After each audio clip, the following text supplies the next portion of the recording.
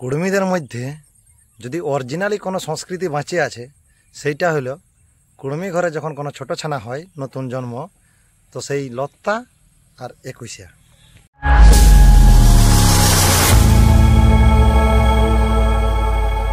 তো জোহার সবাইকে, কুড়মালি সংস্কৃতি বাঁচাও আর একটা ভিডিও নিয়ে এসেছি আপনাদের কাছে। তো আজ হঠাৎ আমার বিটিটা মামা ঘর গেল, তো ওই দেখে আমার একটা কথা মনে পড়ে গেল যে বর্তমানে আমরা কুড়মি সমাজের মানুষরা আমাদের যে সমাজের যে সংস্কৃতি, নিজেদের যে নেগাচার আর যে কালচার, সেগুলার মাঝে যতই ঢিল ঢুকায় রেখেছি, এমনভাবে জোগা খিচড়ি করে রেখেছি যাতে বুঝতেই না পারবে এটা আদৌ আমার কালচার না অন্য কারো কালচার।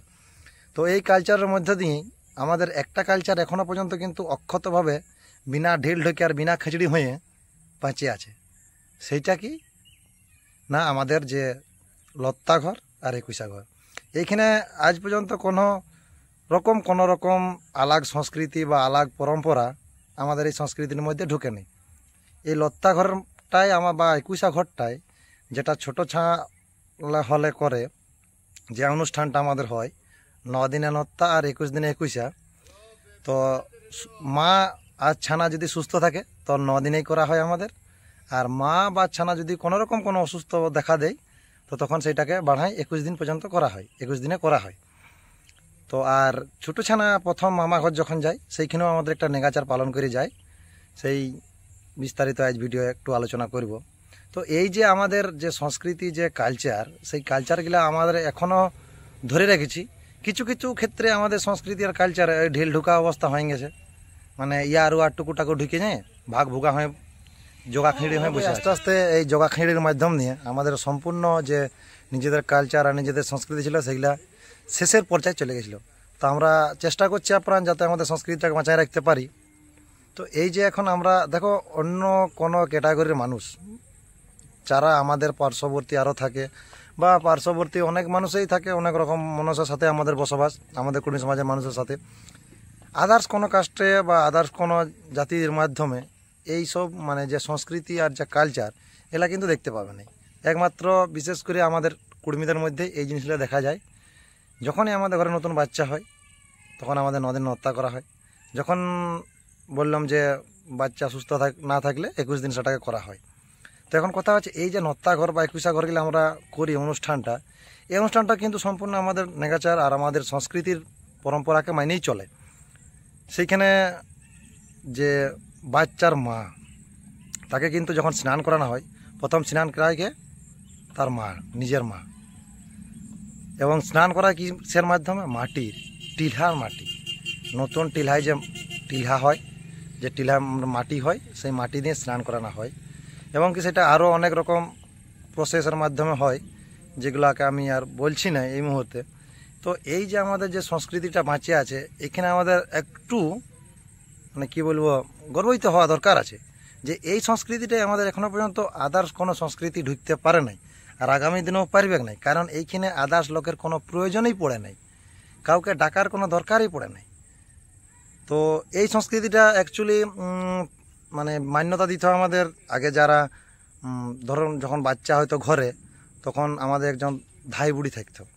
এখনও আমরা সেই ধাই মায়ের জন্য বিয়া ঘরে তার জন্য শাড়ি উপহার আমরা নিয়ে যাওয়া হয়, আই শাড়ির সঙ্গে মাই শাড়ি, ধাই শাড়িও যায়। তো সেই ধাই মা থাকতো, তো আগে ধাই মা থাকতো, এখন বর্তমানে যেহেতু হাসপাতাল হয়ে গেছে, বাচ্চা সমস্ত হাসপাতালেই প্রস্তুতি হচ্ছে।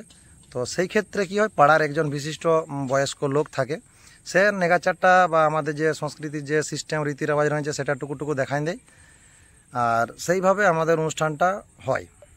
এই লত্তা ঘরে যখন বাচ্চার মাকে স্নান করানো হয় তার জন্য মেন উপকরণ কী কী লাগে জান, সেটা হলো 1 টিলহা মাটি, 2 কুলখাড়া, কেঁদখাড়া, আরও কীগুলো লাগে এই মুহূর্তে আমার মনে আসছে না, দেখেছিলাম, যাই হোক। আর এবং কি তার স্নান করাবার পর বাচ্চাটাকে প্রথম কাউকে একজনকে ধরতে হয়, ঠিক আছে। তো ধরার জন্য তাকেও কিন্তু নতুন বস্ত্র উপহার করতে হয়। যে বাচ্চাটাকে প্রথম স্নান করে ধরবে সে বাচ্চার বাবাও হতে পারে, বা বাচ্চার দিদিমাও হতে পারে, বাচ্চার জেঠিমাও হতে পারে, বাচ্চার জেঠাবাবুও হতে পারে, বাচ্চার কাকাও হতে পারে, বাচ্চার কাকুও হতে পারে, যে কেউ ধরবে। তো তাকে কিন্তু নতুন বস্ত্র উপহার করতে হয়। তো এই যে একটা জিনিস আমার মনে যেটা খটকা লেগেছিল সেইটা হলো যে টিলা মাটি কেন ব্যবহার করা হচ্ছে। যখন একটু খোঁজ খবর নিয়ে দেখতে গেলি তখন আমি একটা জিনিস আমার কাছে পরিস্ফুট হয়ে উঠল যে আজ আমাদের হাতে হাতে নানা রকম সাবান চলে আসছে, গায়ে মাখা, কাপড় কাচা, লাক্স, হ্যান্ড নানা রকম লাক্স আছে, ডেটল আছে, তারপরে তোমার লাইফ বয় আছে, নানা রকম সাবান চলে আসছে। কিন্তু বিগত আজ থেকে যদি আমরা 25-30 বছর আগে দেখতে যাই তখন কিন্তু মাটি ছিল একমাত্র আমাদের স্নান করার প্রথম উপকরণ। যাদের মাথা বেশি ময়লান যেত তারা মাটি দিয়ে, কেউ টিলা মাটি তো কেউ চিটাল মাটি মাথায় ব্যবহার করতে, এবং মাথা খুব সুন্দর পরিষ্কার হতো এবং যার কোনো সাইড ইফেক্ট ছিল নাই। আজ এই সাবান ব্যবহার করে করে দেখো 20 বছর 15 বছরের ছানাদের চুল পাকি যাচ্ছে। সাবান তো নানা রকম কেমিক্যাল দিয়ে তৈরি হয়। তো আমাদের এই যে পুরখারা মিলাই আসছে, আজ কেন তাহলে মিলাই আসছে যে মাটিটা আমরা কেন ব্যবহার করবো যার কোনো সাইড ইফেক্ট নাই। কিন্তু বর্তমানে যখন আজ এই টিলার মাটি আমরা ব্যবহার করতে যাচ্ছি না তখন লোকে বলে না গাইয়া গাওয়ার, কিন্তু ওই মাটিটার গুণ আছে বলে আমাদের বুড়া পুরখারা ব্যবহার করে আসছে, এটা আমাদেরকে মানতে হবে। তো এই সাপোজ ধরো বাচ্চার মাটাকে কেনা মাটি দিয়ে স্নান করাবে, তো এই যে বাচ্চাটা যখন থেকে হওয়ার প্রস্তুতি হয় বাচ্চার মাকে খুব ভালো স্নান করতে দেওয়া হয়তো নয়, যাতে বাচ্চার কোনো ঠান্ডা ফান্ডা না লাগে, এবং কি বাচ্চাটা হওয়ার পর যতক্ষণ না বাচ্চা এবং বাচ্চার মা সুস্থ হয় ততক্ষণ পর্যন্ত কিন্তু স্নান করাবে নেই, ততদিন পর্যন্ত ওকে না স্নান করে থাকবে। এবার 9 দিনে দেখা গেলো যদি বাচ্চার মা বা বাচ্চা সুস্থ আছে তবে কিন্তু বাচ্চাকে বা বাচ্চার মাকে স্নান করাবে, এবং অসুস্থ থাকলে সেটা 21 দিনে হয়। ওই যে স্নান করাবে তা আমাদের তখন কিন্তু কোনো শ্রাবণ বলে কোনো জিনিস ছিল না গায়ে মাখা না কাপড় কাচা।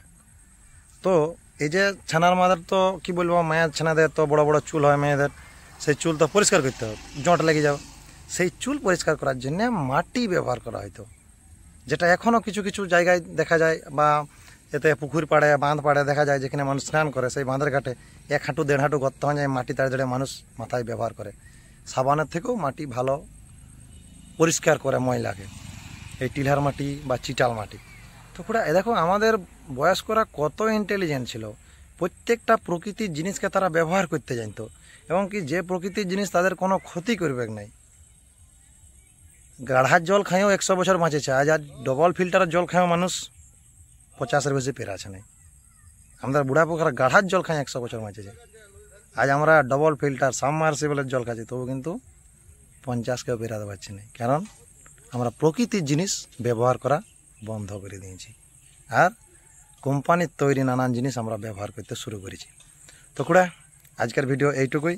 যাক, আমার বিটি আজ প্রথম মামাঘর গেল 3 মাসে, তো সেই সূত্রে মনে পড়লো যে না আমাদের সমাজের যে কালচার আছে সেটা সম্বন্ধে একটু ভিডিও করা দরকার আছে।